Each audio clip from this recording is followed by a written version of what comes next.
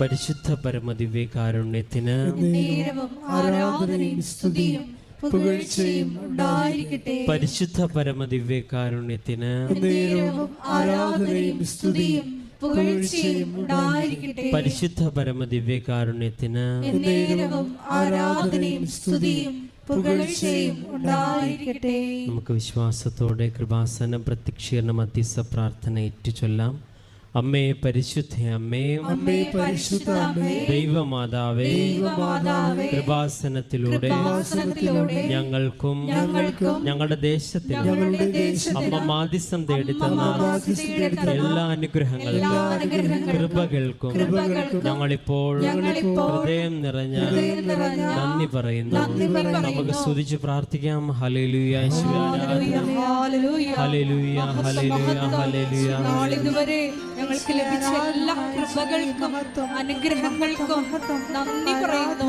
Hallelujah, ഹല്ലേലൂയ, ഹല്ലേലൂയ.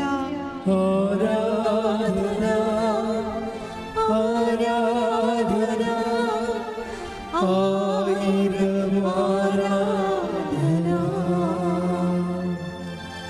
ആരാധന,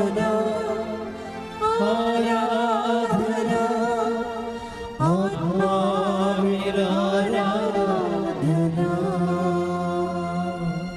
പരിശുദ്ധ പരമദിവ്യകാരുണ്യത്തിന് ആരാധനയും സ്തുതിയും പുകഴ്ചയും ഉണ്ടായിരിക്കട്ടെ. പരിശുദ്ധ പരമദിവ്യകാരുണ്യത്തിന് ആരാധനയും സ്തുതിയും പുകഴ്ചയും ഉണ്ടായിരിക്കട്ടെ. പരിശുദ്ധ പരമദിവ്യകാരുണ്യത്തിന് ആരാധനയും സ്തുതിയും പുകഴ്ചയും ഉണ്ടായിരിക്കട്ടെ. അമ്മേ പരിശുദ്ധ അമ്മേ, അമ്മേ പരിശുദ്ധ അമ്മേ, ദൈവമാതാവേ, 2004 ഡിസംബർ 7-ാം തീയതി ഉച്ച കഴിഞ്ഞ് 2:30 കൃപാസനത്തിൽ സംഭവിച്ച അമ്മയുടെ പ്രത്യക്ഷപ്പെടലിനെ കുറിച്ച് തിരുസഭയ്ക്ക് സമർപ്പിച്ചിരിക്കുന്ന പഠനരേഖകളുടെ വസ്തുനിഷ്ഠവും ദൈവശാസ്ത്ര വിധിപ്രകാരമുള്ളതുമായ അന്വേഷണ പഠനങ്ങൾ നടത്തി ആ പ്രത്യക്ഷപ്പെടലിലൂടെ പ്രകടമായ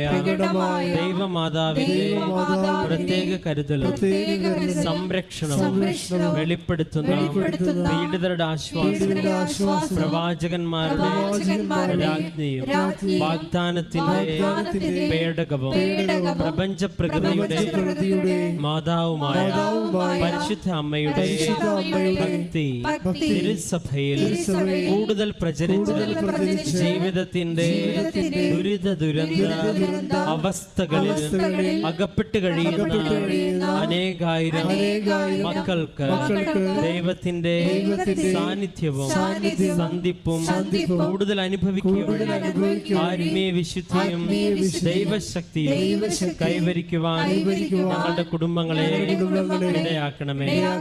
നമുക്ക് സ്തുതിച്ച് പ്രാർത്ഥിക്കാം. ഹല്ലേലൂയ, ഹല്ലേലൂയ, യേശുവേ ആരാധന, ഹല്ലേലൂയ, ഓരോരുത്തരും കുടുംബങ്ങളെ ശക്തീകരിക്കണമെന്ന് പ്രാർത്ഥിക്കുന്നു, ശക്തീകരിക്കണമെന്ന് പ്രാർത്ഥിക്കുന്നു, വഴി നടത്തണമെന്ന് പ്രാർത്ഥിക്കുന്നു. ഹല്ലേലൂയ. ആരാധന, ആരാധന, ആയിരം ആരാധന, ആരാധന, ആരാധന, ആത്മാവിൽ ആരാധന.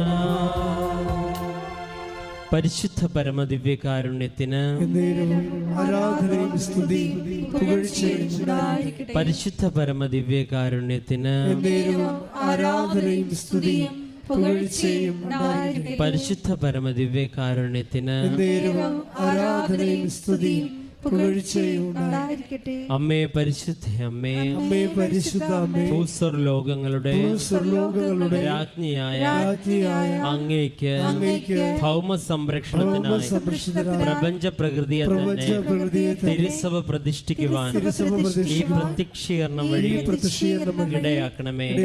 പരിശുദ്ധ അമ്മേ, ജപമാല മാതാവേ, സകല കൃപാസന പ്രാർത്ഥനകളോട് ചേർത്ത് ഞങ്ങളിപ്പോൾ പ്രാർത്ഥിക്കുന്ന ഈ സമൂഹത്തിന്റെ പ്രത്യേക നിയോഗങ്ങൾ നമുക്ക് മൗനമായി നമ്മുടെ നിയോഗങ്ങൾ സമർപ്പിക്കാം.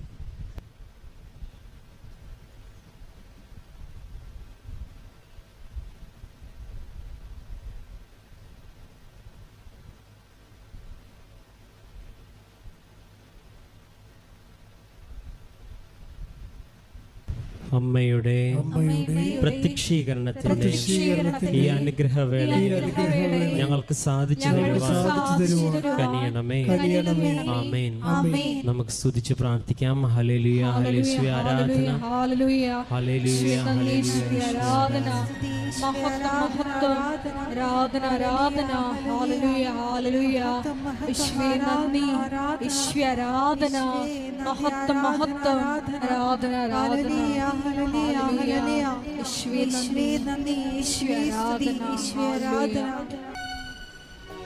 പരിശുദ്ധ പരമദിവ്യകാരുണ്യത്തിന് ആരാധനയും സ്തുതിയും പുകഴ്ചയും ഉണ്ടാകട്ടെ.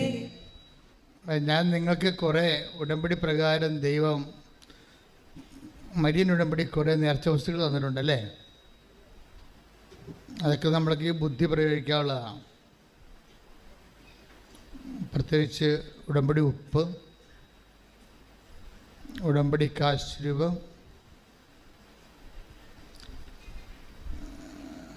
പിന്നെ പച്ചത്തിരി നീരത്തിടിയും ഒരേ സമയം തന്നെ വിശ്വാസം പ്രഖ്യാപിക്കുന്നതും വിശ്വാസം പ്രത്യാശിക്കുന്നതുമാണ്. ഒരേ സമയം തന്നെ പ്രത്യാശയും വിശ്വാസവുമാണ്.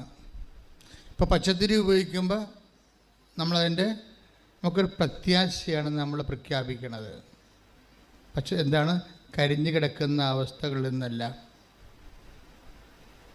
നമ്മളിപ്പോഴ് ജീവിതം ഉണങ്ങി വരണ്ടിരിക്കുന്ന അവസ്ഥയിൽ നിന്ന് അഹ്റോൻ്റെ വടിയെ പച്ച നിറമുള്ള ഇലകൾ കൊണ്ട് ഉണക്ക വടിയെ തളർപ്പിച്ച പോലെ ദൈവം എൻ്റെ ജീവിതത്തെയും തളർപ്പിക്കും. അതാണ് പച്ച. Take the bread of God. Sudhikada hallelujah. Hallelujah, hallelujah, hallelujah. യേശുവേ നന്ദി, hallelujah, hallelujah. യേശുവേ സ്തുതി, hallelujah, hallelujah.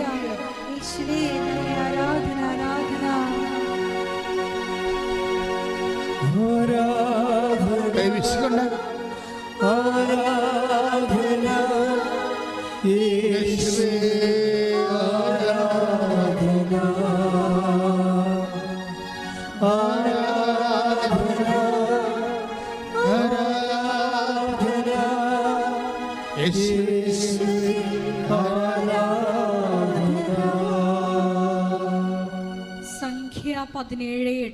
സംഖ്യാപുസ്തകം 17:8. പിറ്റേ ദിവസം മോശ സാക്ഷ്യ കൂടാരത്തിലേക്ക് ചെന്നു. ലേവി കുടുംബത്തിന് വേണ്ടിയുള്ള അഹ്റോന്റെ വടി മുള പൊട്ടി പൂത്തു തളിർത്ത് ബദാം പഴങ്ങൾ കായ്ച്ചു നിന്നു. ഒരു വല്ലാത്ത കാഴ്ചയാണ്. ദൈവത്തിൻ്റെ ശക്തി ഒരു മനുഷ്യനിലുണ്ടോ ഇല്ലയോ എന്ന് ജനം സംശയിച്ചപ്പോൾ ദൈവം അടയാളം കൊടുത്തതാണ്. ഇപ്പം ദൈവത്തിൻ്റെ ശക്തി നിങ്ങളിൽ പ്രവർത്തിക്കുന്നുണ്ടോ ഇല്ലയോ എന്നുള്ളതിൻ്റെ അടയാളമായിട്ടാണ് നിങ്ങളെ ഇപ്പോൾ കഴിഞ്ഞ ദിവസം കണ്ടില്ലേ, എല്ലാവരും ഇവിടെ ഒയിറ്റിക്കാതെ നിൽക്കുകയാണ്. എത്രാമത്തെ പ്രാവശ്യം എന്ന് ചോദിച്ചു. അപ്പോൾ അവളോട് കരഞ്ഞ്.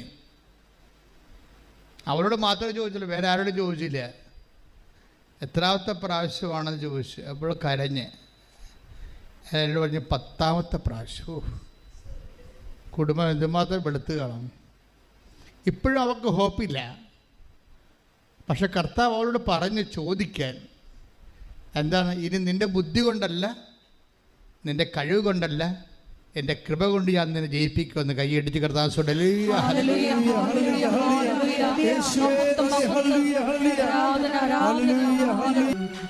ഈ വാഗ്ദാന പേടകം, നമ്മുടെ ഈ അഹ്റോൻ്റെ ഉണക്ക കമ്പ്, അത് ബദാം കായ്ച്ച് പച്ച ഇലകൾ ചാർത്തി ബദാം കായ്ച്ച് നിൽക്കുന്നത് വാഗ്ദാന പേടകത്തിൻ്റെ അരികിലാണ്.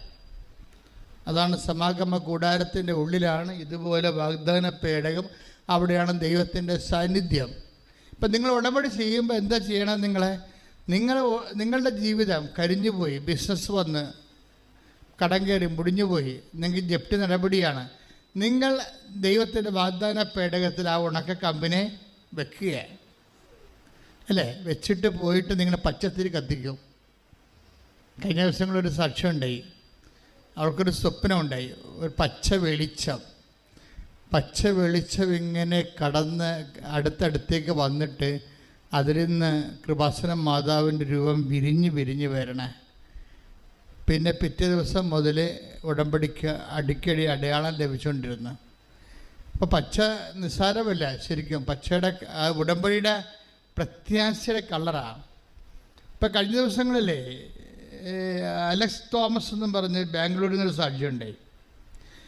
അപ്പോൾ അയാളുടെ ജീവിതത്തിൽ സംഭവിക്കുന്നത് അടിക്കടി തകർച്ച സംഭവിക്കുമ്പോഴും പുള്ളി പറയും, ഞാൻ ഉടമ്പടിയുടെ ബലത്തിൽ ഞാൻ മുന്നോട്ട് പോയി, ഉടമ്പടി എടുത്തിട്ടുണ്ടല്ലോ, അതാണ് എന്നിട്ട് ഞാൻ മുന്നോട്ട് പോയി. എന്താ സംഭവിച്ചു കഴിഞ്ഞാൽ പുള്ളിക്ക് ഒരു അളിയനുണ്ട്, ഭാര്യയുടെ ആങ്ങള, അപ്പോൾ ഭയങ്കര അടുപ്പമുള്ള അങ്ങർക്ക് ലിവർ ക്യാൻസർ വന്നു. അതായത് ലിവർ സിറോസിസ് വന്ന്. അപ്പോൾ ഡോക്ടർ പറഞ്ഞു ലിവർ കംപ്ലീറ്റ് ട്രാൻസ്പ്ലാന്റ് ചെയ്യണമെന്ന് പറഞ്ഞു. അപ്പോഴദ്ദേഹം വന്ന് ലിവർ ട്രാൻസ്പ്ലാന്റിന് അദ്ദേഹത്തിൻ്റെ ബ്രദറിലോ ഹോസ്പിറ്റലൈസ് ആയപ്പോൾ അദ്ദേഹം വന്ന് ഉടമ്പടി എടുത്തു കഴിഞ്ഞപ്പോൾ തന്നെ ഡോണറിനെ കിട്ടി, കരൾ കൊടുക്കാനുള്ള ആളെ കിട്ടി. പക്ഷേ അവിടെ ചെന്നപ്പോൾ കരൾ തരാനുള്ള ആളെ കിട്ടി. പക്ഷേ എന്താ കുഴപ്പം, ഇയാൾക്ക് ഇൻഫെക്ഷനായിപ്പോയി. ആർക്ക്? ലിവർ മാറ്റി വെക്കേണ്ട ആളിന് ഇൻഫെക്ഷനായി. അപ്പോഴീ ഈ ഉടമ്പടി എടുത്ത അലക്സ് തോമസ് പറയണത്, സാക്ഷ്യത്തിൽ പറയണത്, ഞാനത് മൈൻഡ് ചെയ്യില്ല, ഇൻഫെക്ഷനായിട്ട് ഞാൻ മൈൻഡ് ചെയ്യില്ല. എന്താ കാര്യം? ഞാൻ ഉടമ്പടിയുടെ ബലത്തിൽ മുന്നോട്ട് പോയെന്ന്. അതാണ് പച്ചയെന്ന് പറഞ്ഞ പ്രകാശം, അതാണ് പ്രത്യാശ. അങ്ങനെ ഇടയ്ക്കൊക്കെ സംഭവിക്കും, അതൊന്നും ഞാൻ മൈൻഡ് ചെയ്യത്തില്ല. കാര്യം ഞാൻ എൻ്റെ ദൈവമായിട്ടാണ് ഉടമ്പടി എത്തിയിരിക്കുന്നത്. അതുകൊണ്ട് ഞാൻ മുന്നോട്ട് പോയി പ്രാർത്ഥിക്കുക, കർത്താവേ ഉടമ്പടി കാലങ്ങളിൽ ഉണ്ടാകുന്ന ചില അസ്വസ്ഥതകളെ അവഗണിച്ചുകൊണ്ട് ധൈര്യത്തോടെ പ്രത്യാശയോടെ മുന്നോട്ട് പോകാൻ പ്രത്യാശയുടെ വരങ്ങളാൽ എന്നെ അഭിഷേകം ചെയ്യണമേ. പ്രത്യാശയുടെ വരങ്ങളാൽ എന്നെ അഭിഷേകം ചെയ്യണമേ.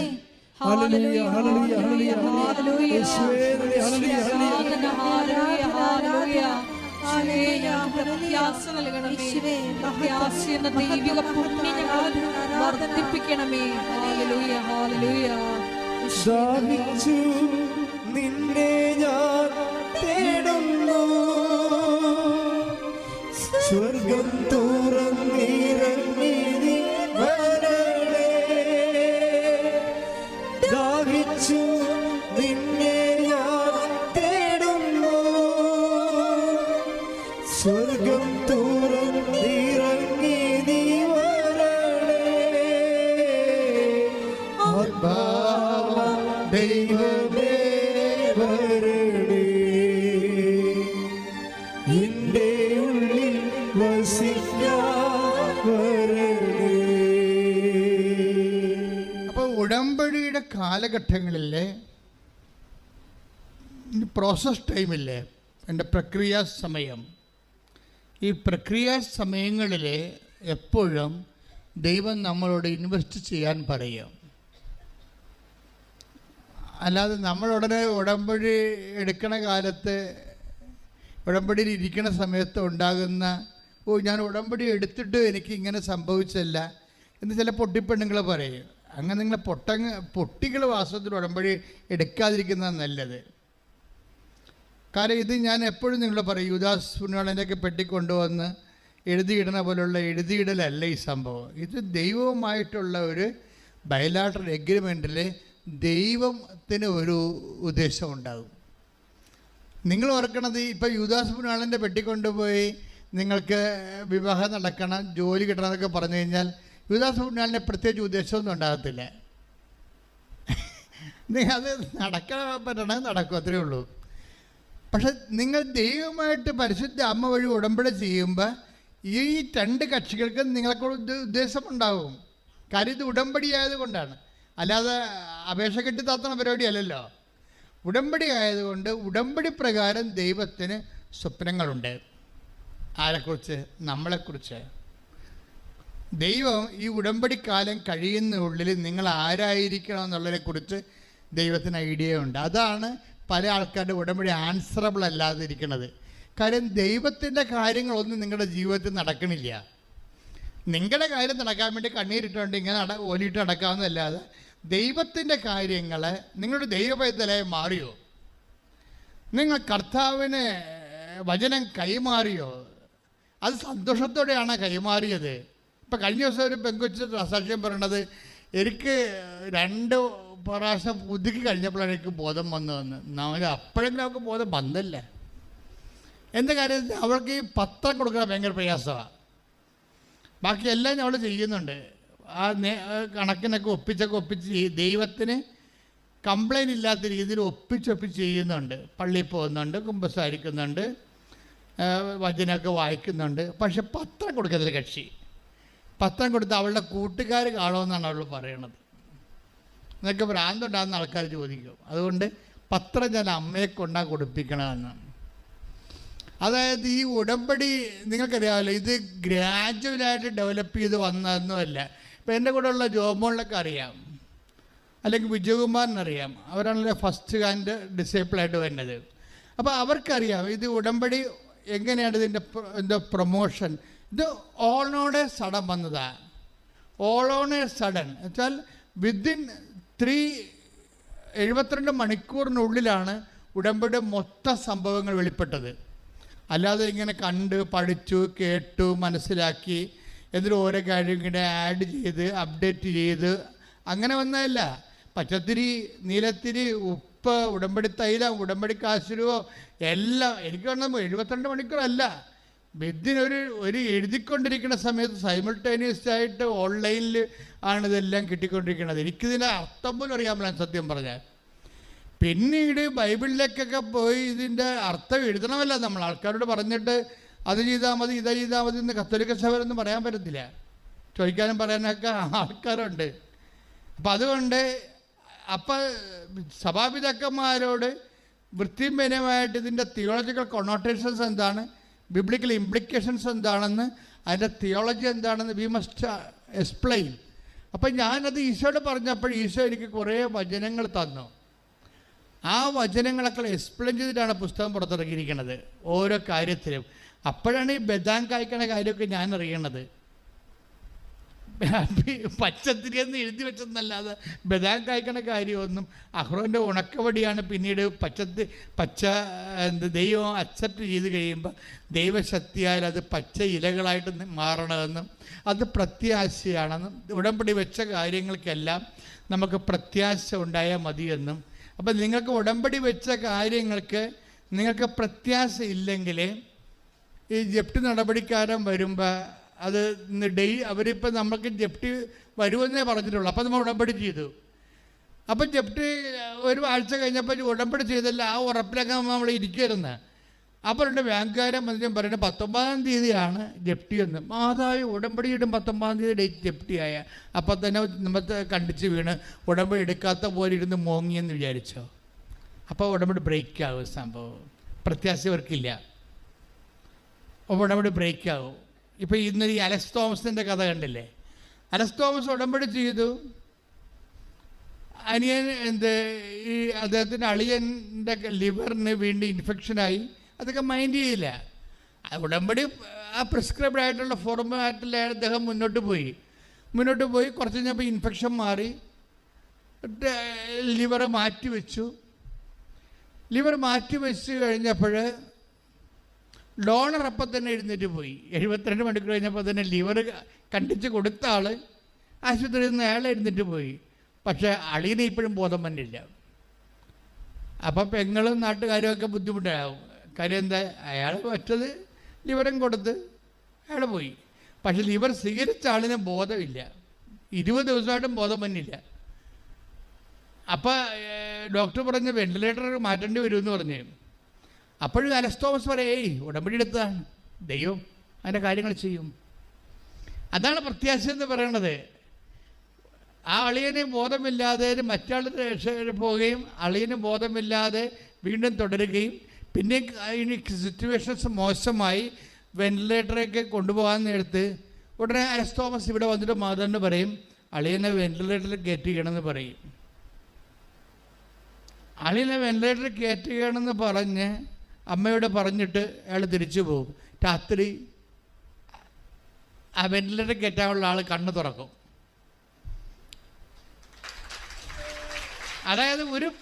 അതായത് ആ മനുഷ്യനെ ഉടമ്പടി തന്നെ ഉറച്ചു നിന്നിട്ട് ഉടമ്പടി അല്പം ക്ലേശകരമായിട്ട് പോകണമെന്ന് കണ്ടപ്പോൾ അത് ഉടമ്പടി എടുത്ത ആളിനടുത്ത് തന്നെ ഒന്നിനും പറയുന്ന സിറ്റുവേഷൻസ് ഇത്തിരി മോശമാണ്, കൂടെ നിൽക്കുന്നവർക്ക് പിടിച്ചു നിൽക്കാൻ പറ്റണില്ല, ഞാനിങ്ങനെ തടിയെ പോലെ നിൽക്കണമെന്നേ ഉള്ളൂ, അത് നിൻ്റെ ഉറപ്പിലാണ് നിൽക്കണത്, വേറെ എല്ലാവരും ഡൗൺ ആയിട്ടുണ്ടെന്ന് പറയും.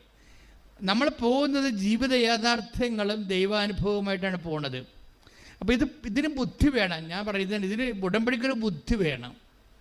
അല്ല നമ്മൾ ബുദ്ധി ഇല്ലാത്തവർ പോലെ കരയാനും വിഷമിക്കാതിരുന്നാൽ ഉടമ്പടി ബ്രേക്കാവും. ദൈവം നോക്കണത് ഈ ഉടമ്പടി എടുക്കാൻ ആവശ്യമായ തനത് കൃപ. നമുക്ക് എപ്പോഴും വരണത് തനത് കൃപയെന്നും പറഞ്ഞൊരു വിഷയമുണ്ട്. ഇപ്പം നമുക്കൊരു സാധാരണ ഒരു വിശ്വാസി ജീവിച്ചു പോണ, അവന് ഇഷ്യൂസ് ഒന്നുമില്ല, അല്ലെങ്കിൽ ഉണ്ട്, രോഗങ്ങളുണ്ട്, ജോലിയില്ല, സ്വാഭാവികമായിട്ട് കേരളത്തിലുണ്ടാകുന്ന കേരള ഡിസീസ് മാത്രമേ അവനേ ഉള്ളൂ. കേരള ഡിസീസ് എന്ന് പറഞ്ഞത് മുതിർന്നവർക്ക് ചിലർക്ക് പെൻഷൻ കിട്ടണില്ല, ചിലർക്ക് കിട്ടുന്നുണ്ട്, ചിലർക്ക് ജോലിയില്ല, ചിലർക്ക് റേഷൻ കട്ടായിരിക്കുന്നു. അങ്ങനെയൊക്കെ ഉള്ള സാധാരണ ജീവിതവുമായിട്ട് ബന്ധപ്പെട്ട കോമൺ പ്രശ്നങ്ങളേ ഉള്ളൂ. ചിലർ ഏജൻറ്റുമാർ പറ്റിച്ചിരിക്കുന്നു, ചിലർ വിസ ട്രബിളിൽ വന്നിരിക്കുന്നു. അപ്പോൾ ചിലരുടെ റിസൾട്ട് വെറുതെ വിത്ത് ഹോൾഡായിട്ട് ലാഗ് ചെയ്യുന്നു. അതുകൊണ്ട് അവർക്ക് വേറെ സർട്ടിഫിക്കറ്റ് റിലീസ് ചെയ്ത് കിട്ടിയിട്ട് വേറെ രാജ്യത്തേക്ക് പോകാൻ പറ്റണില്ല. ഇങ്ങനെയുള്ള കേരള തടസ്സങ്ങൾ, നമ്മുടെ രാജ്യത്തുള്ള തടസ്സങ്ങളുണ്ട്. ഇതല്ലാതെ എക്സ്ട്രാ തടസ്സങ്ങളുള്ളവരുണ്ട്. സാധാരണ മനുഷ്യർക്ക് ഇല്ലാത്ത, ഒരു 60% പേർക്കും ഇല്ലാത്ത, ഒരു 40% പേർക്ക് മാത്രമുള്ള തടസ്സങ്ങളുണ്ട്. ചിലർക്ക് 20% പേർക്ക് മാത്രമുള്ള അപൂർവ തടസ്സങ്ങളുണ്ട്. അപ്പോൾ വ്യത്യസ്തങ്ങളായ ജീവിത കാലാവസ്ഥകൾ നമുക്കുണ്ട് ഓരോരുത്തർക്കും. അപ്പോൾ ഈ വ്യത്യസ്തമായ ജീവിത യാഥാർത്ഥ്യം നമ്മൾ മാത്രം അഭിമുഖീകരിക്കുന്ന, എന്നാൽ വേറെ ആൾക്കാർക്ക് അഭിമുഖീകരിക്കേണ്ടി വരാത്ത വിഷമങ്ങളാണ് തനത് വിഷമങ്ങളെന്ന് പറയുന്നത്, തടസ്സങ്ങൾ. ഈ തനത് തടസ്സങ്ങൾ ഇപ്പം നിനക്ക് മാത്രമുള്ള തടസ്സങ്ങൾ. ഇപ്പം നിൻ്റെ അണിയന് ഭയങ്കരമായിട്ട് കല്യാണ ആലോചന വരണം, ചേട്ടനായ നിനക്ക് കല്യാണ ആലോചന വരുന്നില്ല. അതാണ് നിൻ്റെ തനത് തടസ്സം. തനത് തടസ്സം ഇത്. ഈ വിഷയം എല്ലാം നമ്മൾ അടുത്തുള്ള പുരയിടങ്ങളൊക്കെ വിറ്റ് പോണ്, അവർക്ക് ആവശ്യമില്ലാത്തവർ പോലും വന്ന് മേടിച്ചുകൊണ്ട് പോണ്. പക്ഷെ നമ്മുടെ പുരയിടം നമുക്ക് ആവശ്യമുണ്ടായിട്ടും പുരയിടം മേടിക്കാൻ ആരും വരണില്ല. തനത് തടസ്സമെന്ന് പറയും. ഈ തനത് തടസ്സത്തിന് വേണ്ടത് തനത് ഗ്രേസാണ്, അതിൻ്റേതായിട്ടുള്ള ഓൺ ഗ്രേസ്, അതിൻ്റേതായിട്ടുള്ള ഗ്രേസ്. അങ്ങനെ വരണമെന്നുണ്ടെങ്കിൽ തീർച്ചയായിട്ടും ഇപ്പം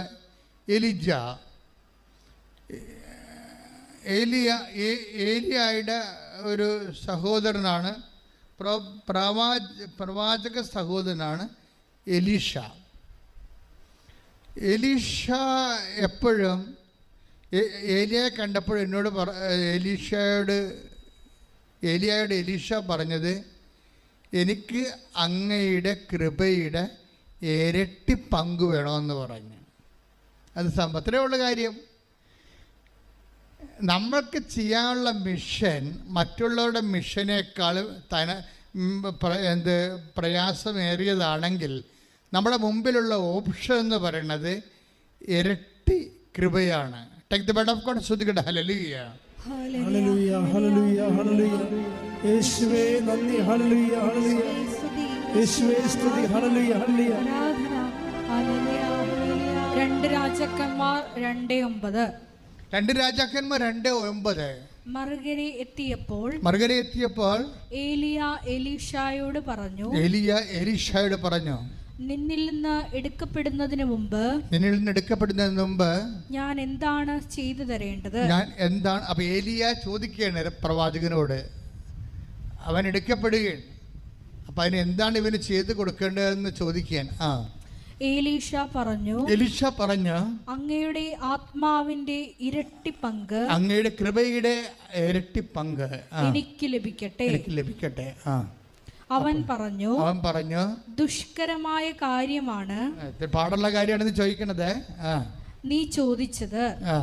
എങ്കിലും ഞാൻ എടുക്കപ്പെടുന്നത് നീ കാണുകയാണെങ്കിൽ നിനക്കത് ലഭിക്കും. കണ്ടില്ലെങ്കിൽ ലഭിക്കുകയില്ല. അപ്പോഴേ എലീശയ്ക്ക് ഇരട്ടി പങ്ക് ദൈവം കൊടുക്കുന്നതായിട്ടാണ് ബൈബിൾ ചരിത്രം അവസാനിക്കുന്നത്. പക്ഷെ എന്തിനു വേണ്ടിയാണ്? എലീശയ്ക്ക് ഏലിയേക്കാൾ കൂടുതൽ ജോലി ചെയ്യാനുണ്ട്. മിഷൻ ബേസ്ഡ് ആയിട്ടാണ് പോണത്. അപ്പം നിങ്ങൾക്ക് ഇരട്ടി കൃപ വേണമെന്ന് പറഞ്ഞാൽ നിങ്ങളുടെ മുമ്പിലുള്ള ഓപ്ഷൻ എന്താണ്? ഇരട്ടി മിഷനാണ് ചെയ്യേണ്ടത്. വേറെ കാര്യമൊന്നുമില്ല. വെറുതെ വായിട്ട് അലക്കിയിട്ടുകൊണ്ട് കൃപ കിട്ടത്തില്ല. മനസ്സിലായില്ലേ? നിങ്ങൾക്ക് ഇരട്ടി കൃപ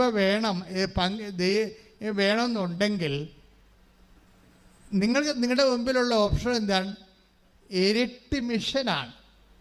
മറ്റുള്ള ആൾക്കാർ, ഇപ്പം ഞാൻ കഴിഞ്ഞ ദിവസങ്ങളിൽ ബാംഗ്ലൂർ നിൽക്കുമ്പോൾ ഒരു പള്ളിയിൽ, അവിടുത്തെ സെൻറ്റ് മേരീസ് പള്ളിയിൽ കുർബാന കൂടിയിട്ട് ഇറങ്ങുകയാണ്. കുർബാന കൂടി ഇറങ്ങുമ്പോൾ റോഡ് സൈഡിലൊക്കെ കൃപാസനം പത്രം കൊടുത്തുകൊണ്ടിരിക്കുന്ന ആൾക്കാർ. അപ്പോൾ ഇംഗ്ലീഷ് പത്രം കൊടുത്തുകൊണ്ടിരിക്കുകയാണ്. വെയിലത്ത്, നല്ല വെയിലാണ്. നല്ല വെയിലത്ത് നിന്നുകൊണ്ട് അപ്പോൾ ഞാൻ ദൈവത്തെ സ്തുതിച്ച് ശരിക്കും പറഞ്ഞാൽ, അതായത് ഇവിടെ വാങ്ങിച്ചുകൊണ്ട് പോകുന്നവരെ അവിടെ കൂടെ അത് കൊടുക്കണില്ലേ എന്നൊക്കെ ചോദിക്കാൻ ആരുമില്ല. അവർ തന്നെത്താൻ അവർ വാങ്ങിച്ച പ്രേക്ഷിത പ്രവർത്തനങ്ങൾ ഈ എരിവെയിലത്തും പൊരിവെയിലത്തും സുന്ദരമായി ചെയ്തുകൊണ്ടിരിക്കുകയാണ്. കാര്യം നിങ്ങൾക്കറിയാമല്ലോ, നമ്മുടെ ഉടമ്പടിയിലെ ഏറ്റവും ടഫ് മിഷൻ ഈ പത്രത്തിൻ്റെ മിഷനാണ്. അതിൻ്റെ ഉദ്ദേശം എന്താണ്? ആ മാസം ഈശോ ചെയ്ത അത്ഭുതങ്ങൾ, അതാണ് ആ മാസം ചെയ്തത്. 100 മറ്റേ കാണും നമ്മൾ കൊടുക്കണത്. അതിലിരട്ടി ഉണ്ടാവും. ഒരു ദിവസം 10 അല്ല ഇടണത്, 10 ഉടമ്പടി സാക്ഷ്യങ്ങളല്ലേ ഇപ്പം അപ്പ് ചെയ്യണത്. അപ്പോൾ അതിലൊരു 100 എടുത്തിട്ട് 10 ദിവസത്തെ എടുത്തിട്ടാണ് പദ്ധതി കൊടുക്കുന്നത്. അപ്പോഴേ ഈ സാക്ഷ്യം വായിക്കുമ്പോൾ ആ സാക്ഷ്യം സ്ഥിരമായിട്ട് വായിച്ച് അഭിഷേകം പ്രാപിക്കുന്നവരുണ്ട്. സാക്ഷ്യം സ്ഥിരമായിട്ട് കേൾക്കുമ്പോൾ അഭിഷേകം പ്രാപിക്കുന്നവരുണ്ട്. കാര്യം സാക്ഷ്യം കേൾക്കുമ്പോൾ പ്രശ്നം ദൈവം ചെയ്ത കാര്യമായതുകൊണ്ട് ദൈവത്തിൻ്റെ ശക്തി അതിൽ വിശ്വസിക്കുന്ന അനുസരിച്ച് നമ്മൾ ശക്തിപ്പെട്ടുകൊണ്ടിരിക്കും. രാത്രി 3 മണിക്കൊക്കെ എഴുന്നേറ്റ് ആൾക്കാർ സാക്ഷ്യം കേൾക്കുന്നുണ്ട്. അവർ സാക്ഷ്യം പറയുമ്പോഴാണ് നമുക്ക് മനസ്സിലാക്കണം. 3 മണിക്കൊക്കെ എഴുന്നേറ്റിട്ട് സാക്ഷ്യം കേട്ടുകൊണ്ടിരിക്കും. അപ്പം സാക്ഷ്യം കേട്ടുകൊണ്ടിരിക്കുമ്പോഴേ പിന്നെ ഉറക്കം വന്നില്ലല്ലോ. ഒരു സഹോദരി ഇന്നലെ പറഞ്ഞത്, എനിക്ക് ഉറക്കം വന്നില്ല. എന്താ കാര്യമെന്ന് വെച്ച് കഴിഞ്ഞാൽ, എൻ്റെ കുഞ്ഞിന് ഇപ്പം മിൻറ്റു എന്ന് പറഞ്ഞുകൊണ്ട് മോളുടെ സാക്ഷ്യം ഈ ആഴ്ചയിലുണ്ടായതാണ്. വലിയ സാക്ഷ്യമാണത്. കാര്യം വെച്ച് കഴിഞ്ഞാൽ മിൻറ്റു, ഞാൻ അയർലൻഡിൽ ധ്യാനം നടത്തുമ്പോൾ ആ അയർലൻഡിലെ ധ്യാനത്തിൻ്റെ ആരാധനയിൽ പങ്കെടുത്തപ്പോൾ പെട്ടെന്ന് അത്രയും നാൾ അനങ്ങാതിരുന്ന ഗർഭത്തെ ശിശു ആരാധന സമയത്ത് കുതിച്ചു ചാടി. അപ്പം കർത്താവ് മിൻറ്റുവിനൊരു അടയാളം കൊടുത്തതാണ്. എന്താണ്? നിൻ്റെ കുഞ്ഞ് എൻ്റെ കൈവപ്പുള്ളതാണ്. ഇനി കുഞ്ഞുമായിട്ട് ബന്ധപ്പെട്ട് എന്ത് ഇഷ്യൂ വന്നാലും നീ മൈൻഡ് ചെയ്യരുത്. അതാണ് സംഭവം. ഇപ്പോൾ നമ്മൾക്കൊരു അടയാളം കിട്ടുമ്പോൾ ഓർക്കേണ്ടതെന്ന് വെച്ച് കഴിഞ്ഞാൽ, നമുക്കൊരു എന്തെങ്കിലും തരത്തിൽ നമ്മളെ പ്രതിരോധത്തിലാക്കുന്ന എന്തോ സാധനം സംഭവിക്കാൻ പോകുന്നു, നമ്മൾ കലങ്ങരുതെന്ന അതിൻ്റെ അർത്ഥം. ഒരർത്ഥം അതാണ്. അപ്പം മിൻറ്റു ഭയങ്കര സന്തോഷമായി. എന്താണ്? ആരാധനയിലല്ലേ ആദ്യമായിട്ട് ഗർഭധസിച്ച് തുള്ളിച്ചാടണത്. അപ്പം കർത്താവിൻ്റെ കയ്യൊപ്പുള്ള കുഞ്ഞാണ് എന്ന് അവൾ ധരിച്ച് പ്രാർത്ഥിച്ചിരിക്കുന്ന സമയത്ത് പെട്ടെന്ന് കുഞ്ഞിനെ അവൻ്റെ നടുവലിലെ മൂട്ടിൽ ഒരു മുഴ വരാൻ തുടങ്ങി, ട്യൂമർ വരാൻ തുടങ്ങി. അത് ട്യൂമറാണെന്ന് കണ്ട് ബ്ലീഡിങ്ങൊക്കെ വന്ന് നോക്കിയപ്പോൾ ട്യൂമറാണ്. ട്യൂമറാകുമ്പോൾ ഡോക്ടർ പറഞ്ഞു ഈ ട്യൂമർ വളർന്നു കൊണ്ടേയിരിക്കുകയാണ്. വളർന്നുകൊണ്ടിരിക്കുമ്പോൾ വരുന്ന പ്രശ്നം, ട്യൂമർ എന്ന് പറയുന്ന ഒരു ബലൂൺ പോലെ ഇങ്ങനെ കുറേ വെള്ളമായിട്ടൊക്കെ ഇരിക്കും. അതിങ്ങനെ വളർന്നിരിക്കുകയാണ്. അപ്പോൾ സ്വാഭാവികമായിട്ട് കുഞ്ഞിൻ്റെ രക്തം മുഴുവനും ട്യൂമർ വിഴുങ്ങും. കുഞ്ഞ് രക്തമില്ലാതെ കുഞ്ഞിന് ലിവർ അടിച്ചു പോകും, ബ്രെയിൻ ചുരുങ്ങിപ്പോകും. അങ്ങനെ കിഡ്നി, 3 പ്രശ്നമാണ് ട്യൂമർ ഉണ്ടാകുമ്പോൾ. അപ്പോൾ ഇതെല്ലാം കേട്ടിട്ട് ഇവൾ കിടുങ്ങിപ്പോവും അങ്ങോട്ട്. കാര്യമൊക്കെ മനസ്സിലാവും, കുഞ്ഞ് മരിച്ചു പോകുമെന്ന് മനസ്സിലാവും, ട്യൂമർ വളരെ. പക്ഷെ ഇവൾ ഉടമ്പടിയിൽ അങ്ങ് ഉറച്ചു നിൽക്കും. ഉടമ്പടിയിൽ ഉറച്ചു നിൽക്കും. എന്താ കാര്യം വെച്ച് കഴിഞ്ഞാൽ, നമ്മൾ ഉടമ്പടി ഉറച്ചു നിൽക്കുമ്പോൾ ഉണ്ടാകുന്ന ഗുണം വെച്ച് കഴിഞ്ഞാൽ, ഇതിൻ്റെ വിഷയം, നമ്മുടെ വിഷയം എല്ലാം ദൈവത്തിൻ്റെ വിഷയമായി മാറും. കാര്യം ഇത് ബൈലാറ്ററൽ എഗ്രിമെൻ്റ് അല്ലേ, അതാണ് വിഷയം. നമുക്ക് ജോലിയില്ല, ദൈവത്തിന് ജോലിയില്ല. നമുക്ക് പനിയാണോ, ദൈവത്തിന് പനിയാണ്. ഇതെല്ലാം ഇങ്ങനെയാണ് പോണത്. നമുക്ക് കടത്തിലാണോ, ദൈവം കടത്തിലാണ്. എന്നാൽ ദൈവത്തിന് തനതായിട്ട് തോന്നും. ഇപ്പോൾ ഉടമ്പടിയുടെ അകത്ത് നിൽക്കുമ്പോൾ ഉണ്ടാകുന്ന പ്രശ്നം, നിനക്കുണ്ടാകുന്ന മുഴുവൻ പ്രശ്നങ്ങളെ ദൈവം ഏറ്റെടുത്ത് സ്വന്തം പോലെയാക്കും. സ്തുതിക്കട്ടെ, ഹല്ലേലൂയ. ഹല്ലേലൂയ, ഹല്ലേലൂയ, ഹല്ലേലൂയ. ഉടമ്പടി വഴിയായി ഞങ്ങളുടെ വിഷയങ്ങൾ ഏറ്റെടുത്ത് ഞങ്ങളെ സ്വന്തമാക്കുന്നതിന് നന്ദി പറയുന്നു. ഞങ്ങളെ സാക്ഷികളാക്കി ഉയർത്തുന്നതിന് നന്ദി പറയുന്നു. Hallelujah, hallelujah. അവൻ പറയുന്നതും ചെയ്തിടുവിൻ, ജീവിതം ധന്യമായി തീർന്നിടും. അവൻ പറയുന്നതും ചെയ്തിടുവിൻ, ജീവിതം ധന്യമായി തീർന്നിടും. അപ്പം ഇങ്ങനെ ഓരോ 3 മാസം സ്കാൻ ചെയ്യുമ്പോഴും ട്യൂമറൊപ്പം കൊച്ചിനൊപ്പം വലുതാകുകയാണ്. അപ്പോൾ ഡോക്ടർ പറഞ്ഞ് അബോർഷൻ ചെയ്ത് കളയണമെന്ന്. ടിൻറ്റിൻ്റെ അപ്പോൾ 6-ാം മാസമായപ്പോഴും ഡോക്ടർ പറയും ഇത് കുട്ടി മരിക്കും, നിനക്കും അപകടമാണ്, അബോർഷൻ ചെയ്ത് കളയണം. പക്ഷെ കളയത്തില്ല ഇവർ. കാര്യം ടിൻറ്റുവിൻ്റെ ഹസ്ബൻഡ് ലിജുവും അതുപോലെ തന്നെ വിശ്വാസമുള്ള ആളാണ്. ഇത് നമുക്ക് കർത്താവ് തന്ന എൽഇഡി എന്ന് ചോദിക്കും. ഒക്കെ ബോധമാണ്, അതാണ് ബോധം. ഒരു ഉടമ്പടി ഒരു ബോധമാണ്. അന്ന് ആരാധനയ്ക്ക് കുഞ്ഞ് തുള്ളിച്ചാടിയില്ലേ, അപ്പോൾ കർത്താവിൻ്റെ കൈവപ്പായില്ലേ. അപ്പോൾ ഭർത്താവ് പറയും ഇത് നമുക്ക് കർത്താവ് തന്ന എൽഇഡി, കർത്താവാണ് തീരുമാനിക്കണം, നമ്മളൊന്നും ചെയ്യത്തില്ല എന്ന് പറയും. അപ്പോൾ ഭർത്താവും ഭാര്യയും കൂടി ആലോചിച്ചിട്ട് അവരൊന്നും ചെയ്യാതെ കുഞ്ഞിനെയും ട്യൂമറിനെയും അതിൻ്റെ ഭിത്തിക്ക് അങ്ങോട്ട് വിടും. ഇവൾ ഈ വയറും താങ്ങിക്കൊണ്ട് നടക്കുമ്പോൾ ഇവിടെ രാത്രി ഉറക്കം വരത്തില്ല. ഇവർക്ക് ഉറക്കം വരാതെ അങ്ങോട്ടും ഇങ്ങോട്ടും നടക്കും. എന്നിട്ട് അവൾ പറയും ഞാൻ 3 മണിക്ക് എഴുന്നേറ്റ് സാക്ഷ്യം കേൾക്കുമെന്ന്. കർത്താവ് അപ്പോൾ എന്നെ കർത്താവ് ബലപ്പെടുത്തും. ഈ കാലങ്ങളിൽ മനുഷ്യനെ ബലപ്പെടുത്തുന്നത് സാക്ഷ്യങ്ങളാണ് ശരിക്കും. കാര്യം ചവർ പോലെ സാക്ഷ്യങ്ങളല്ലേ എല്ലാ ദിവസവുമാണ്. അപ്പോൾ അത് ആ ഓരോ സബ്ജക്റ്റ് വൈസ് ഉണ്ടാവും. ഈ ഭൂമിക്ക് താഴെ അല്ല ഈ ഭൂമിക്ക് മുകളിലുള്ള മനുഷ്യൻ അനുഭവിക്കുന്ന മുഴുവൻ വിഷയങ്ങളെയാണ് ദൈവം ഉടമ്പടി കൈകാര്യം ചെയ്യണത്. അത് ഓരോ വിഷയങ്ങളെ.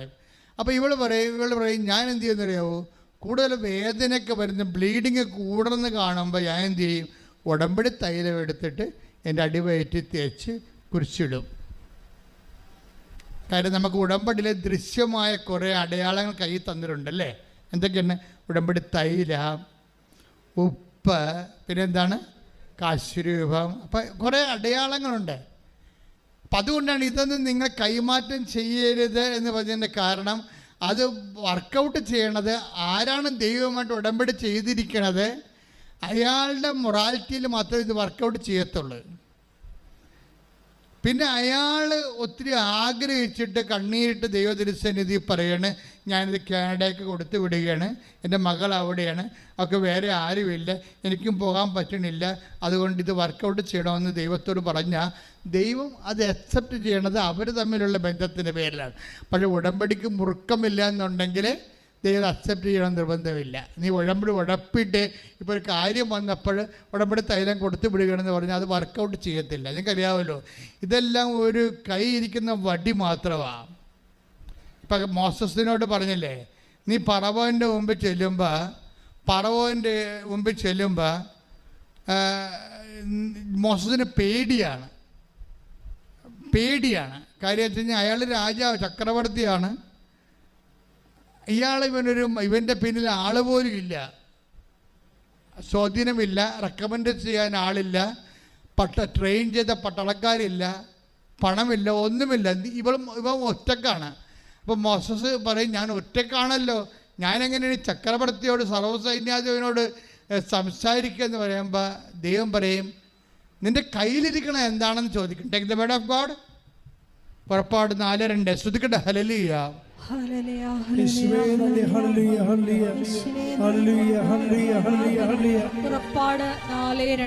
പുറപ്പാട് 4:2. കർത്താവ് അവനോട് ചോദിച്ചു, നിന്റെ കയ്യിലിരിക്കുന്നത് എന്താണ്? എന്തെല്ലാം കയ്യിലുണ്ട്? ഉടമ്പടി തൈലമുണ്ട്, ഉടമ്പടി ഉപ്പുണ്ട്, ഉടമ്പടി കാശ്രൂപമുണ്ട്, അല്ലേ? എല്ലാം പല പ്രാവശ്യം വെഞ്ചരിച്ച് ഉടമ്പടി പ്രകാരം നിങ്ങൾക്ക് നൽകിയിട്ടുള്ളതാണ്. നിങ്ങൾ ഉടമ്പടി ഉഴപ്പിയിട്ട് ഇതിന്മേ തൊട്ടാൽ ശരിയാകത്തില്ല. ഉടമ്പടിയിൽ ബലവത്താട് നിൽക്കണം. പറ പറ്റുള്ളൂ. നിന്റെ കയ്യിലിരിക്കുന്നത് എന്താണ്? അവൻ പറഞ്ഞു ഒരു വടിയാണ്. അപ്പം നമുക്ക് തോന്നുമ്പോൾ ഒരു കാശ്രൂപമാണ്, ഇത്തിരി ഉപ്പാണ്, ഇത്തിരി ഒലിവ് എണ്ണയാണെന്ന് നമുക്ക് തോന്നും. അതായിരിക്കും. പക്ഷേ അത് പ്രയോഗിക്കുമ്പോൾ അത് മാറി, അതല്ലാതായി മാറും. അത് വായിച്ചോളൂ. അവിടുന്ന് കൽപ്പിച്ചു അത് നിലത്തിടുക.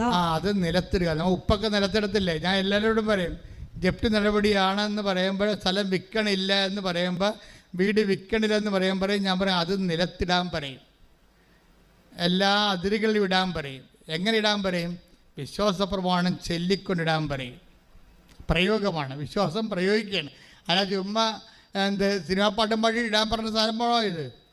ബുദ്ധിബോധമില്ലാതെ ചുമ്മാ ഇങ്ങനെ ഉറുമ്പ് വരുമ്പോൾ തെള്ളുപൊടി ഇടണ പോലെ ഇടുന്ന സാധനമാണോ ഇത്? അല്ല. ആദ്യം നിങ്ങൾ ഉറപ്പ് വരുത്തണം നിങ്ങൾ വിശുദ്ധിയുള്ളവരാണെന്ന്. വിശ്വാസ പ്രമാണവും വിശുദ്ധിയും തമ്മിൽ കുറച്ച് ബന്ധമുണ്ട്. നിങ്ങൾ പ്രക്രിയയായിട്ട് ജീവിച്ചിട്ട് 9 മാസം ജീവിച്ചിട്ട് വിശ്വാസ പ്രമാണം ചിലപ്പോൾ ആക്ടിവേറ്റ് ആകത്തില്ല. അതാണ് വിഷയം. കാര്യം എപ്പോഴും പ്രശ്നമുള്ളത് ദൈവം ചോദിക്കണം, നീ എന്ത് ചെയ്യുമെന്ന് ചോദിക്കാം. അപ്പോൾ ഒറ്റ ഉത്തരവേ പറയാൻ പാടുള്ളൂ. നീ എന്ത് ചെയ്യുന്നു? ഞാൻ അബോർഷൻ ചെയ്യുന്നു. പോരെ, പണിയായില്ലേ? നീ എന്ത് ചെയ്തു എന്ന് ചോദിച്ചാൽ മര്യാദക്ക് ഉത്തരം പറയണം. ദൈവത്തിന് ഇഷ്ടപ്പെട്ട ഉത്തരം പറയണം. ഞാനൊരു ഭർത്താവിനെ വെറുതെ ഉപേക്ഷിച്ചിട്ട് വീട്ടിൽ വന്ന് നിൽക്കണം എന്ന് പറഞ്ഞു കഴിഞ്ഞാൽ അടിമോദക്കിട്ട് കിട്ടും ചിലപ്പോൾ. ഞാൻ ഇന്നലെ ഒരു പെണ്ണിനോട് ചോദിച്ചു, അത് നീ വഴക്കിട്ട് പോകുന്നതല്ലേ എന്ന് പറഞ്ഞ് നമ്മൾ വടിവിട്ടേക്കാൻ പറഞ്ഞു. അവൾ തന്നെ വഴക്കിട്ട് പോന്നിട്ട് പാക ഉടമ്പടി ചെയ്യണമെന്നും പറഞ്ഞ് വന്ന് ഉടമ്പടി എടുത്ത് വെള്ളത്തിനും കൊണ്ട് നിൽക്കണം. പാക ഉടമ്പടി ചെയ്യണം. അപ്പോൾ മാനേജർ എഴുതിയിട്ടുണ്ട് പാക ഉടമ്പടി ചെയ്യണം. മാനേജർ ചോദിക്കത്തില്ലല്ല. ഈ പാക ഉടമ്പടി ചെയ്യണമെന്ന് കണ്ടപ്പോൾ കർത്താവ് പറഞ്ഞ് അവളോട് കാര്യം ചോദിക്കാൻ പറഞ്ഞ്. വേറെ ആരുമില്ല, അവളോട് മാത്രമേ ഞാൻ സംസാരിച്ചുള്ളൂ. ഞാൻ എല്ലാവരോടും സംസാരിക്കത്തില്ലല്ലോ. ഗ്രീൻ കേസാണെങ്കിൽ സംസാരിക്കത്തില്ല, റെഡ് കേസാണെങ്കിൽ എനിക്കറിയാൻ പറ്റും. ഞാൻ ചോദിച്ചു പാക ഉടമ്പടി ആരുടെ ഭാഗമാണ് ചെയ്യേണ്ടതെന്ന് ചോദിച്ചു. ആരുടെ ഭാഗമാണ് ചെയ്യേണ്ടത്? ഭർത്താവിൻ്റെ ഭാഗം ഉടമ്പടി ചെയ്യണം. അപ്പം നീ എവിടെ നിൽക്കണം? വീട്ടിൽ നിൽക്കണം. നീയായി എന്ന് പോകുന്നു? കെട്ടിയ കാലത്ത് പോകുന്നതാ. കെട്ടിയകാലത്ത് ഇവളുടെ എന്തോ ഉടായ്പ ബന്ധത്തിൽ അല്ലെങ്കിൽ ബന്ധമില്ലെങ്കിലും അവളുടെ താല്പര്യക്കുറവാ, ചിലപ്പോൾ ഈ മദ്യപാനിയ എന്തെങ്കിലുമൊക്കെ ആയിട്ടായിരിക്കും. പക്ഷെ മദ്യപാനികളുടെ കൂടെ ആരും താമസിക്കണില്ലേ? കേരളം തന്നെ ജീവിക്കണ മദ്യപാനം കൊണ്ടാണ് അല്ലേ? അല്ലെങ്കിൽ പിന്നെ ഈ ഗവൺമെൻറ് ഇതൊക്കെ അടച്ചുപൂട്ടത്തില്ലേ? അപ്പം നമ്മളാണ് ശ്രദ്ധിക്കേണ്ടത്. തിന്മ ചെയ്യാനുള്ള സാഹചര്യങ്ങൾ ഗവൺമെൻറ് തന്നെ അതിൻ്റെ സ്പോൺസറായി മാറുമ്പോൾ ജീവിക്കണോ വേണ്ടെന്ന് തീരുമാനിക്കേണ്ടത് ആരാണ്? നമ്മളാണ് തീരുമാനിക്കേണ്ടത്. അല്ല ഗവൺമെൻറ്റിന് ടാക്സ് കൊടുക്കൊന്നും പറഞ്ഞുകൊണ്ട് നമ്മൾ കാര്യം മദ്യപിച്ചാൽ ശരിയാവുക. അപ്പോൾ സ്വാഭാവികമായിട്ട് ഇങ്ങനെയുള്ള സിറ്റുവേഷൻസ് പാപ സാഹചര്യങ്ങൾ ലോകത്തിലുണ്ടാകും. അത് ഗവൺമെൻറ് സ്പോൺസേർഡുമായിരിക്കും ചിലപ്പോൾ സമയത്ത്. പക്ഷേ നമ്മളല്ല അത് ജീവിക്കേണ്ടത്. എത്ര ഉടമ്പടിയിലൂടെയാണ് ഭർത്താക്കന്മാരെ അവിടെ വിശുദ്ധിയിലേക്ക് ഭാര്യമാർ കൊണ്ടുവന്നിരിക്കുന്നത്. ഇപ്പോൾ ഓടിപ്പോകുന്ന അന്ന് ഓടിപ്പോകുന്നതാണ്. ഞാൻ മക്കളുണ്ടായില്ലെന്ന് തിരക്കിയില്ല. കാര്യം ആ കേസ് ദൈവത്തിൻ്റെ അല്ലാത്ത കാരണം എൻ്റെതുമല്ല. അപ്പോൾ ഞാൻ പറഞ്ഞ് നീ ചെയ്തിരിക്കുന്ന കാര്യങ്ങളുടെ മേലെ നിനക്ക് അവകാശമില്ലെന്ന് പറഞ്ഞു. എന്താ കാര്യം? അന്ന് ഓടിപ്പോകുന്നതിന് ശേഷം ഇന്നിപ്പോൾ അവൾക്ക് അയാളുടെ ഓഹരി വേണം. അതാണ് പ്രശ്നം. അതിനകത്ത് മാനുഷികമായിട്ട് പോലും നീതിയില്ല. കഴുത്തല്ലൊരു താലി കെട്ടിയെന്നും പറഞ്ഞ് കൂടെ നിന്ന് കൂടെ ജീവിച്ച് അവിടെ മക്കളെ വളർത്തി ഒരുമിച്ച് ജീവിക്കുമ്പോഴല്ലേ ഭർത്താവിന് അവകാശം ഉണ്ടാകണത്. ഇത് വിദ്യാർത്ഥിയുടെ കോടതിയായി ചിലപ്പോൾ കോടതി പോയത് രക്ഷപ്പെടുമായിരിക്കും. പക്ഷെ ദൈവത്തിനും ഇന്ന് രക്ഷപ്പെടത്തില്ല. എന്താ കാരണം? ഭാര്യയെന്ന ഉത്തരവാദിത്തം അമ്മയെന്നുള്ള ഉത്തരവാദിത്തം നീ നിർവഹിച്ചിട്ടില്ല. അപ്പം നിൻ്റെ ദൈവിക അവകാശമില്ല. പിന്നെ എന്തിന് ഭാഗം പിടിച്ച് തരാനാണ്? ഈ കേസ് ഞാൻ എടുക്കത്തില്ലെന്ന് പറഞ്ഞു. എന്തുകൊണ്ടാണ് അവളോട് മാത്രം ചോദിച്ചിരിക്കണത്? കാര്യം അവളുടെ കയ്യിൽ ആ ഉടമ്പടി ദൈവം ഏറ്റെടുത്തിട്ടില്ല. അതുകൊണ്ടാണ്. ദൈവം ഏറ്റെടുക്കാത്ത ഉടമ്പടി അൾത്താരെ വരുമ്പോൾ സ്വാഭാവികമായിട്ട് ചോദ്യവും പ്രശ്നമൊക്കെ ഉണ്ടാവും. ദൈവം ഏറ്റെടുക്കാത്ത ഉടമ്പടി ഇവരുടെ മാത്രം താല്പര്യത്തിന് വേണ്ടി ഒരു മനുഷ്യൻ്റെ ജീവിതം അങ്ങ് നശിപ്പിച്ചിരിക്കുകയാണ്. ഇപ്പോൾ അയാളുടെ സ്വത്ത് മാത്രം മതി. അതാണ് വിഷയം. അവിടെ സ്വത്ത് മാത്രം മതി. അപ്പം അത് മാനുഷികമായിട്ട് പോലും നീതിയല്ല സംഭവം. അപ്പോൾ സ്വാഭാവികമായിട്ട് അങ്ങനെ വരുമ്പോൾ ഇപ്പോൾ കോടതി പോയാൽ തീർച്ചയായിട്ടും കോടതി പെൺപക്ഷമായത് കാരണം സ്വാഭാവികമായിട്ടും നമ്മുടെ രാജ്യത്തെ കുറേ നാളുകളായിട്ട് സ്ത്രീകൾ മർദ്ദനം അനുഭവിക്കുന്നതാണ്. നിയമപരമായ നീതിപരമായ മർദ്ദനങ്ങൾ സ്ത്രീ ജനങ്ങൾ അനുഭവിക്കുന്ന കാരണം അതിൻ്റെ തിക്തഫലങ്ങൾ ഒത്തിരി ആയപ്പോൾ ഗവൺമെൻറ് ഇപ്പോൾ നിയമങ്ങൾ വെച്ചിരിക്കുന്നതെല്ലാം സ്ത്രീ അനുകൂലമായ നിയമങ്ങളാണ്. അത് ഒത്തിരി പെണ്ണുങ്ങൾ മുതലെടുക്കുകയും ചെയ്യുന്നുണ്ട് അതിൻ്റെ പേരിൽ. ഇപ്പം എല്ലാ അവകാശവും വാങ്ങിച്ചുകൊണ്ട് പോയിട്ടുണ്ട്. ഇപ്പം എല്ലാ കുടുംബത്തിൻ്റെ എല്ലാ അവകാശവും വാങ്ങിച്ചുകൊണ്ട് പോയിട്ടും പിന്നെയും കേസ് പറയുന്ന പെങ്ങന്മാരുണ്ട്. കുടുംബത്തോട് തറവാടിനോട് കേസ് പറയുന്ന പെങ്ങന്മാരുണ്ട്. അവർക്ക് അപ്പനും അമ്മയോട് ബന്ധമില്ല, അപ്പനും അമ്മയും അവർക്ക് നോക്കണ്ട. അതേസമയം തന്നെ അവർ പിന്നെയും കിട്ടാൻ വേണ്ടി കേസ് പറയും. ആ സ്വത്തുണ്ടാക്കിയതിൽ ഇവർക്കൊരു പങ്കുമില്ല. ഇപ്പം ചിലരൊക്കെ കാണിച്ചിരിക്കുന്ന നീതികൾ കണ്ടില്ലേ? ഗൾഫിലൊക്കെ ജോലി ചെയ്യും, മക്കളുടെ സമ്പത്ത് ആദ്യത്തെ മക്കൾ പോയി രക്ഷപ്പെട്ട് കഴിയുമ്പോൾ അവരുടെ മര്യാദ അനുസരിച്ചിട്ട് മൂത്ത മക്കളെ ഇളയ മക്കളെ ആരാണ് രക്ഷപ്പെടണത് അവിടെ സമ്പത്ത് അപ്പൻ്റെ പേരിൽ അയച്ചു കൊടുക്കും. അപ്പൻ എന്ത് ചെയ്യും? അപ്പനും അമ്മയും പ്ലാൻ ചെയ്തുകൊണ്ട് കുറേ സ്വത്ത് അപ്പൻ്റെ പേരിലും മേടിക്കും, കുറേ സ്വത്ത് അമ്മയുടെ പേരിലും മേടിക്കും. ഇനി അവനൊരു കാലത്ത് ഗതികെട്ട് കിട്ടാതെ ഇവിടെ വരുമ്പോൾ എന്ത് ചെയ്യും? കുറേ സ്വത്ത് അമ്മയുടെ പേരിലാണ് അപ്പമ്മ മക്കൾക്ക് എല്ലാം അവകാശം, കുറേ സ്വത്ത് അപ്പൻ്റെ പേരിലാണ് കുടുംബത്തിന് അമ്മക്കും പെമ്മക്കും അവകാശം. അവരെന്താ? അവൻ ഞൊട്ടേണ്ടി വരും മിക്കവാറും. ഈ ആൾക്കാരെ ഉടമ്പടി എടുത്താൽ വിജയിക്കുക ഇല്ല. ആദ്യം നിങ്ങൾ കറക്റ്റ് ചെയ്യണം. നിങ്ങൾ നിങ്ങളുടെ മക്കളെ തന്നെ മക്കളാണെന്ന് പറഞ്ഞൊരു കാര്യമില്ല. മക്കളെ ചതിച്ചിട്ടുണ്ടെങ്കിൽ ആ ചതി റെക്ടിഫൈ ചെയ്യേണ്ടി വരും. അല്ലെങ്കിൽ ഉടമ്പടി സാക്ഷ്യം പറയാതെ നീണ്ടു പോകും. അങ്ങനെ പല ആൾക്കാർക്കും സാക്ഷ്യം പറയാൻ പറ്റാതെ വന്നിട്ടുണ്ടെങ്കിൽ അതിൻ്റെ അർത്ഥം അവരുടെ ദൈവതിരുസന്നിധിയിലും മനുഷ്യൻ്റെ തിരുസന്നിധിയിലും അവരവരുടെ ആത്മശോധന ചെയ്ത് റെക്ടിഫൈ ചെയ്യേണ്ട, പരിശോധിച്ച് കറക്റ്റ് ചെയ്യേണ്ടതാണ്. ശ്രദ്ധിക്കട്ടെ. ഹല്ലേലൂയ,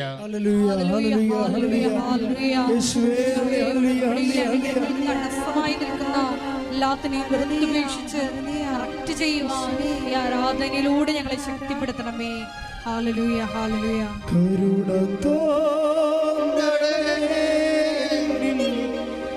അലിവു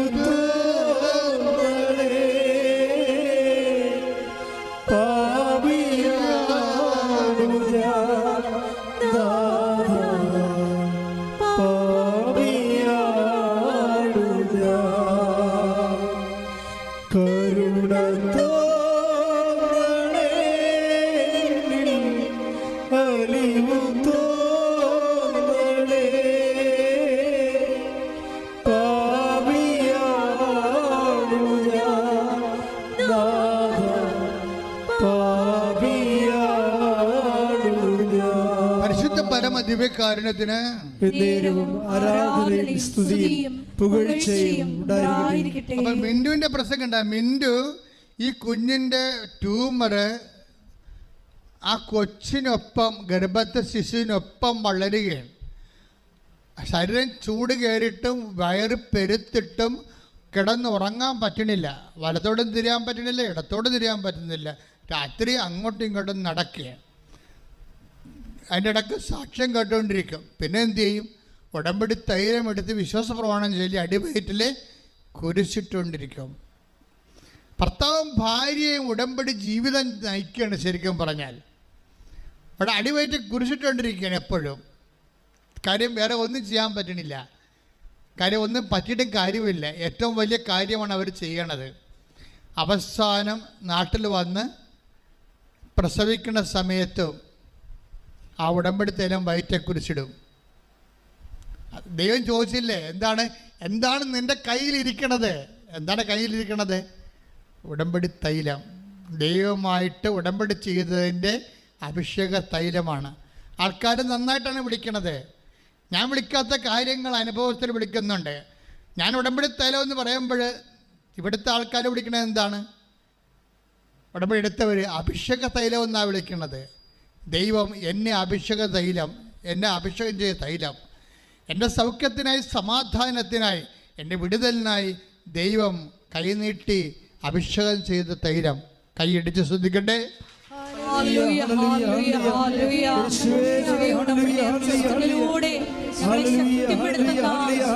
സാന്നിധ്യത്തിന്, സ്നേഹത്തിന് നന്ദി പറയുന്നു.